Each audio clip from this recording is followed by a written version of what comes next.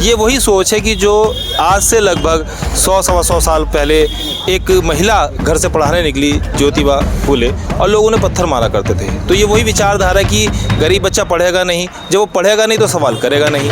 सरकार से क्या, मोदी से किसी प्रेस वार्ता हो पाई है? आप मुझे बताइए, आप पत्रकार हैं, आपकी कभी हुई? नहीं हो सकती। क्यों नहीं हो सकती? आप सवाल करेंगे, और जब आप सवाल करेंगे तो जवाब नहीं होंगे। तो वही वर्ग तैयार करना चाह रहे जो सवाल ना करे, जो सरकार के सामने खड़ा ना हो पाए, जो सरकार को झुकाने की हिम्मत ना करे। और वो तभी हो सकता है जब आदमी शिक्षित होगा, लोगों के पास रोजगार नहीं होगा। उत्तर प्रदेश के तमाम स्कूल्स, चाहे पुलिस लाइन का हो चाहे शहर का कहीं का भी हो, वो सब एक ऑपरेशन कायाकल्प के नाम से उसका पैसा विनियमित क्षेत्र से नगर पालिका से लगवाया गया। वो स्कूल का सौंदर्यकरण कराया गया। सौंदर्यकरण करा के सारी की सारी जो अंबानी और अडानी के एनजीओ को देने की ये तैयारी चल रही है। ये सब ख़त्म करके सारा का सारा जितना भी सेंट्रलाइज पावर है वो सब अंबानी और अडानी को दिए जाने की जो है वो तैयारी चल रही है। ज़िला बिजनौर में आज कांग्रेस पार्टी द्वारा ज़िला कलेक्ट्रेट पर प्रदर्शन किया गया है और ज़िला कलेक्टर को ज्ञापन सौंपा गया है। हमारे साथ मुजफ्फरनगर के कांग्रेस पार्टी के कोऑर्डिनेटर हैं। ये बताइए क्या कुछ मसला है और क्या मांग है ज्ञापन में आपने की है? देखिए, जिस प्रकार उत्तर प्रदेश सरकार जो हमारे शिक्षा विभाग को डैमेज करने पर लगी हुई है, ये सिर्फ खेल प्राइवेट सेक्टर में शिक्षा विभाग को पहुंचाने का है। जो उनके पूंजीपति लोग हैं, मित्र हैं, उनको फ़ायदा पहुंचाने का है। ये वही सोच है कि जो आज से लगभग 100-125 साल पहले एक महिला घर से पढ़ाने निकली, ज्योतिबा फूले, और लोग उन्हें पत्थर मारा करते थे। तो ये वही विचारधारा कि गरीब बच्चा पढ़ेगा नहीं, जब वो पढ़ेगा नहीं तो सवाल करेगा नहीं, क्योंकि ये सरकार सवालों से डरती है। सवाल करेगा पढ़ा लिखा शिक्षित व्यक्ति। आप जब बच्चे को पढ़ने नहीं देंगे, गरीब बच्चा पढ़ेगा नहीं, प्राइवेट स्कूल इतने महंगे कि आप उसमें एडमिशन करा नहीं सकते, तो उस बच्चे का क्या भविष्य होगा? और ये वो सोच है जो अंग्रेज़ों की थी कि आप हिंदुस्तानियों को पढ़ने ना दें, उन्हें आगे बढ़ने ना दें, ताकि आप राज करते रहें। ये राज करने की नीति है, और कांग्रेस राज करना नहीं, लोगों के दिल जीतना चाहती है, और दिल जीत कर ही आज़ादी मिली है। देखिए, अगर आज स्कूल बंद हो जाएंगे, आप भी शायद मध्यम वर्गीय परिवार से होंगे, मैं मध्यम वर्गीय परिवार से हूँ, हमारे बच्चे अगर इन स्कूलों में नहीं पढ़ेंगे तो हमारे बच्चे आगे कैसे बढ़ेंगे? आप ये सवाल सिर्फ कांग्रेस पार्टी से नहीं है, ये सवाल आम जनता का सवाल है। ये हर पत्रकार का, हर उस रिक्शा चलाने वाले का, उस कांग्रेसी का जो अपनी मेहनत मजदूरी से अपना घर चलाता है। आज हमारा बच्चा अगर सरकारी स्कूल में जाता तो उसकी फ़ीस 10 रुपये 15 रुपये होती है, लेकिन जब वो बच्चा प्राइवेट स्कूल में जाएगा तो उसकी फ़ीस कितनी होगी? वही फ़ीस 1500-2000 हो जाएगी। तो आप बताइए कि एक रिक्शा चलाने वाला आदमी या एक रेडी लगाने वाला व्यक्ति 1500-2000 रुपये महीने की फ़ीस पढ़ा सकता है? लेकिन सोच ये है कि ये रिक्शा वाला, ये रेडी वाला, ये मध्यम वर्गीय व्यापारी आगे ना बढ़े, क्योंकि अगर ये आगे बढ़ गया, शिक्षित हो गया, तो फिर इसे सामने खड़े सवाल करेगा, फिर पूछेगा कि आपके जो पूंजीपति लोग हैं, जो मित्र हैं, वो आगे कैसे बढ़ रहे हैं। आप देखिए, जिस समय 2014 में थी, उस समय जो गरीबी दर थी वो क्या थी और आज क्या है।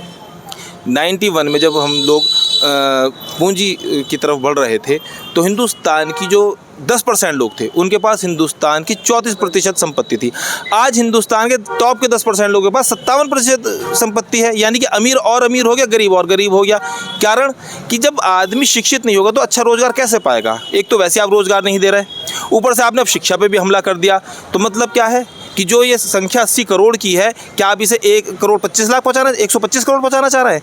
कि गरीब आदमी को राशन दे रहे हैं तो आपको एहसान कर रहे हैं? वो 80 करोड़ की जनसंख्या को 80 करोड़ की बजाय 8 करोड़ पर लाओ, तब देश विकास करेगा। 80 करोड़ अनाज देना विकास नहीं है। 80 करोड़ लोगों को अनाज देने का अर्थ ये हो गया कि देश के 60% लोग आज हिंदुस्तान में गरीब हैं। और वो गरीब क्यों हैं? क्योंकि भाजपा की कुनीतियों की वजह से। तो मैं आपसे के माध्यम से ये अपील करता हूँ कि भाजपा इस तरह की शिक्षा विरोधी अपने जो एजेंडे हैं उनको ना चलाए, बच्चों को पढ़ने दे। आप सवाल को सामना करो। आपने आज हमसे पूछा, क्या कभी सरकार से, क्या मोदी से किसी प्रेस वार्ता हो पाई है? आप मुझे बताइए, आप पत्रकार हैं, आपकी कभी हुई? नहीं हो सकती। क्यों नहीं हो सकती? आप सवाल करेंगे, और जब आप सवाल करेंगे तो जवाब नहीं होंगे। तो वही वर्ग तैयार करना चाह रहे जो सवाल ना करे, जो सरकार के सामने खड़ा ना हो पाए, जो सरकार को झुकाने की हिम्मत ना करे। और वो तभी हो सकता है जब आदमी शिक्षित होगा, लोगों के पास रोजगार नहीं होगा। आप भी अपने चैनल के माध्यम से अपील कीजिए कि ये शिक्षा के क्षेत्र की बात है, ये हर व्यक्ति का अधिकार है, शिक्षा का अधिकार। शिक्षा नीति की बात करें तो और देशों से अगर हम कंपैरिजन करें तो वहाँ की अर्थव्यवस्था का 6% शिक्षा में दिया जाता है। अब भारत की बात करें तो उसका आधा भी नहीं होता है। तो क्या है, मतलब क्या मंशा है, क्या जनता को क्या बनाने की कोशिश है देश में? मैंने भी आपको बड़े खुल के बताया है। देखिए, शिक्षा पर तो आप अपने बजट का जितना ज़्यादा लगा उतना अच्छा है भाई। जिस समय देश आज़ाद हुआ क्या स्थिति थी? पैसा था हमारे पास, लेकिन तब भी नेहरू जी का एक विज़न था IIT बनाना, एम्स बनाना। नेहरू जी ने कहा था हिंदुस्तान के असली मंदिर और मस्जिद ये शिक्षण संस्थान है। तो उनके माध्यम से आज देखिए विदेशों में जितने भी हिंदुस्तानी जो बड़ी बड़ी पोस्टों पर, वो कहाँ के स्टूडेंट हैं? IIT के स्टूडेंट हैं, वो आपके IIM के स्टूडेंट हैं, वो उन्हीं शिक्षण संस्थानों के तो हैं। आज जब आपने शिक्षा का बजट भी कम कर रहे हैं, ऊपर से आप स्कूल भी बंद कर रहे हैं, आप भी कहते हैं साहब बच्चे नहीं हैं। क्यों नहीं है बच्चे? ये काम किसका है? सरकार का काम है ना कि वो इस तरह की नीतियाँ बनाए कि बच्चों को लाए। क्यों नहीं बच्चे आपके स्कूल में आ पा रहे? ये तो खुद योगी जी कहते हैं कि हमें जो है काबिल टीचरों की ज़रूरत है। आज ये उत्तर प्रदेश के अंदर कितने लोग बेरोज़गार हैं, कितने BPED होल्डर खाली हैं, कितने TGT के टीचर खाली हैं, कितने पद खाली हैं? क्या उन्हें भरे? उन्हें तो भरा नहीं। आप टीचर की पोस्टिंग करेंगे नहीं, आप फिर कहेंगे स्कूल में बच्चा नहीं। तो आप जब दोनों चीज़ों से कमी करेंगे तो ये आप एक बहाना ढूंढ रहे हैं। और रही बात शिक्षा के बजट की, शिक्षा के लिए कौन तैयार नहीं होता मुझे बताइए। आज किसी भी स्कूल में आप जाइए, एक गरीब बच्चा है तो वो मैनेजमेंट भी कहता है चलो गरीब बच्चा मैं पढ़ा दूंगा। जब एक मैनेजमेंट ये चीज़ फैसला ले सकता है तो सरकार को फैसला लेने में कितनी देर लगेगी? सरकार तो पावर है।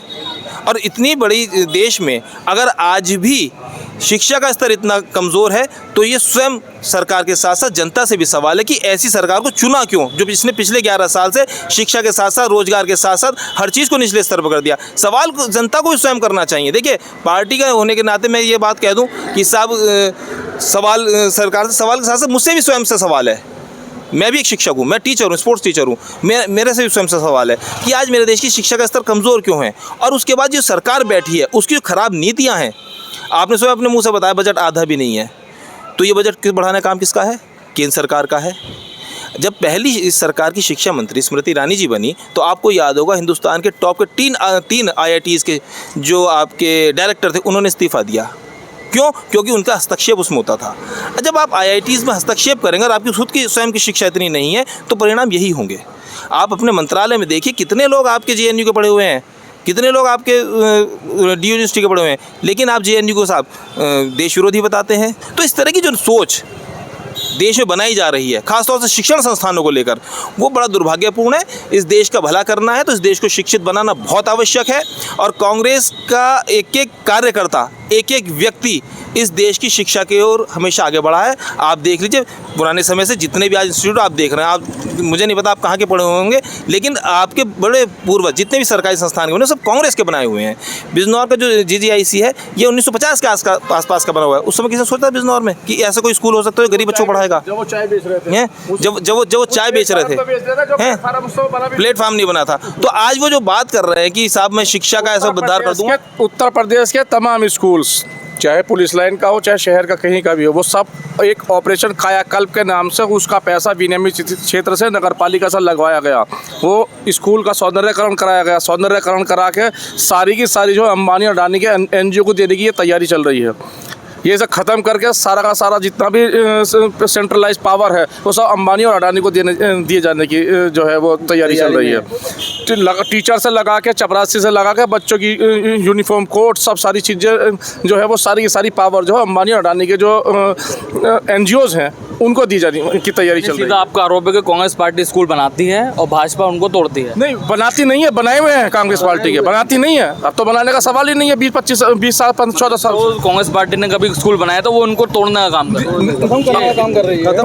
पत्रकार महोदय, ये तो आप ही दिखा रहे हैं कि कहाँ पुल गिर रहे हैं। मैं तो देखने नहीं जा रहा हूँ, या जनता तो देखने जाए सड़कें कहाँ टूट रही हैं। नया पुल जो है अभी किसी प्रदेश के अंदर, मैं नाम भूल रहा हूँ, वहाँ 90 डिग्री पे पुल बनाया गया है।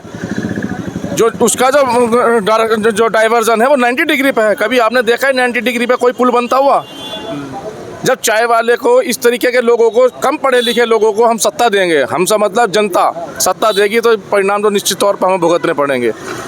जो हमारे बच्चे नहीं पढ़ पाएंगे तो क्या करेंगे? धारा 370 जो जम्मू कश्मीर में हटाई गई वो सिर्फ इसलिए हटाई गई कि बड़े बड़े पूंजीपतियों को, बड़े बड़े NGO चलाने वालों को जो ज़मीनें जो है वो 1-1, 2-2 रुपये पे, 100-100 रुपये पे 99 साल की लीज पर दी जाएँ। तो कुल मिलाकर आज आपने जो ज्ञापन दिया है उसमें क्या मांग कर रहे हैं, क्या होना चाहिए? उसमें जो हमारी शिक्षा के ऊपर जो हमारा मौलिक अधिकार हमारे संविधान ने दिया है उसका हनन पूरी तरीके से किया जा रहा है। उस मौलिक अधिकार को बचाने के लिए, बच्चों के स्कूल को बचाने के लिए, बच्चों की शिक्षा को आगे बढ़ाने के लिए, इसके लिए जो है हमारी पार्टी ने दिशा निर्देश हमें दिया था। उनके आह्वान पर कांग्रेस पार्टी जो है यहाँ पर जिलाधिकारी महोदय के माध्यम से महामहिम राज्यपाल को एक ज्ञापन दिया है कि हमारे मौलिक अधिकारों को हनन न किया जाए। सावित्री, आपके मेरे घर की जो माताएं बहनें पढ़ी लिखी हैं वो किसकी वजह से? जो सावित्रीबाई फुले ने एक आंदोलन करा और लोगों ने उसका विरोध करा और उनको पत्थर मारे।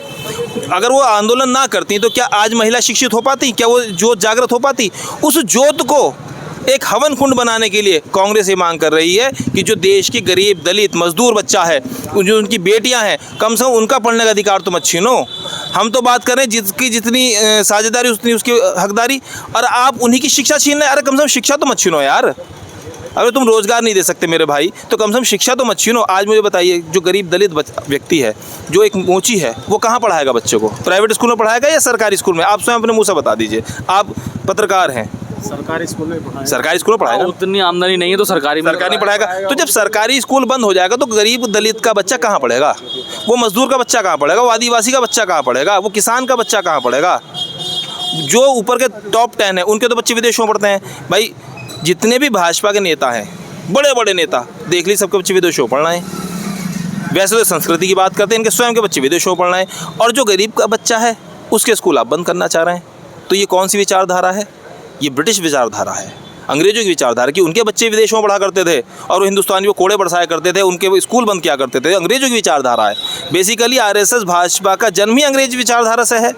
डिवाइड एंड रूल, हर बात पे हिंदू मुसलमान। भाई शिक्षा वो हथियार है। बाबा साहब ने बहुत अच्छी बात कही थी कि शिक्षा वो शेरनी का दूध है, जो पढ़ा, जिसने ग्रहण करा वो दहाड़ा। शिक्षा तो शेरनी का दूध है, जो पढ़ेगा वो दहाड़ेगा। अब इन्हें उसी दहाड़ से डर लगता है कि ये पढ़ लेंगे, शेर बन जाएंगे, दहाड़ेंगे हमारे सामने। क्या कभी कांग्रेस की शिक्षा पे कोई अतिक्रमण करा है? कभी कांग्रेस ने किसी गरीब पे कोई अतिक्रमण करा है? ये इन्हीं के कार्यकाल में क्यों है? क्योंकि ये सिर्फ पूंजीपति बिजनेसमैनों की सरकार है, अडानी अंबानी की सरकार है। उन्हें बचाने के लिए, उन्हें बड़ा बनाने के लिए ये किसी हद भी जा सकते हैं। कोई इसमें वो नहीं है कहने में कुरेज कि ये सिर्फ और सिर्फ उन धनवानों की सरकार है। अभी आप देखिए जगन्नाथपुर में सिर्फ अडानी जी की वजह से सुना एक दुर्घटना हो गई। भगवान के साथ भी मजाक करने लगे ये लोग।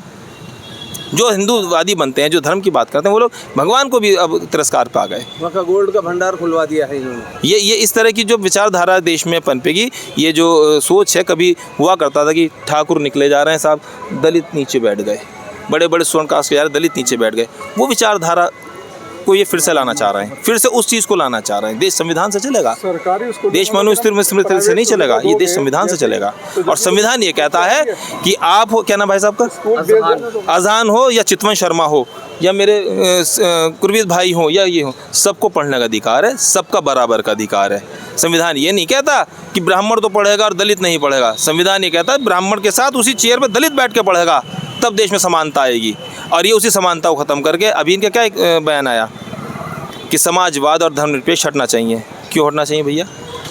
क्यों? समाजवाद आने से गरीब गुरबा दलित आदिवासी ये पढ़ लिख जाएगा।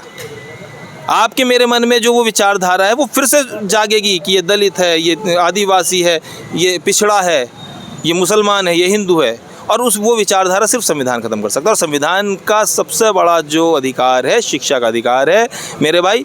ये शिक्षा का अधिकार हम तो नहीं छीनने देंगे, चाहे हमें उसके लिए कुछ भी करना पड़े, सड़कों पर आना पड़े, आंदोलन आना पड़े, या हमें चाहे जेल में बंद कर दें, हम इस शिक्षा के अधिकार को ख़त्म नहीं होने देंगे। माननीय श्री राहुल गांधी, माननीय हमारी प्रियंका गांधी, ये हमारे जो शीर्ष नेतृत्व है, इन्होंने का दृढ़ संकल्प है कि शोषण नहीं होने देंगे गरीब का। चाहे इन्हें आप जेलों में डाल दो, एक एक कांग्रेस के एक कार्यकर्ता को जेल में डाल दो, हम तैयार हैं। अंग्रेजों ने जेलों में डाला था, ये भी डाल दें, हम तो तैयार हैं। लेकिन हम शोषण नहीं होने देंगे, हम किसी का अधिकार नहीं दबने देंगे। शुक्रिया बहुत बहुत कि हमारे साथ बातचीत कर रहे थे मुजफ्फरनगर से कोऑर्डिनेटर कांग्रेस पार्टी के चितवन शर्मा, जो साफ तौर से कह रहे हैं कि शिक्षा का अधिकार नहीं छीनने देंगे। फिलहाल देश वार्ता में अजहान अंसारी को दीजिए इजाज़त। जय हिंद, जय भारत।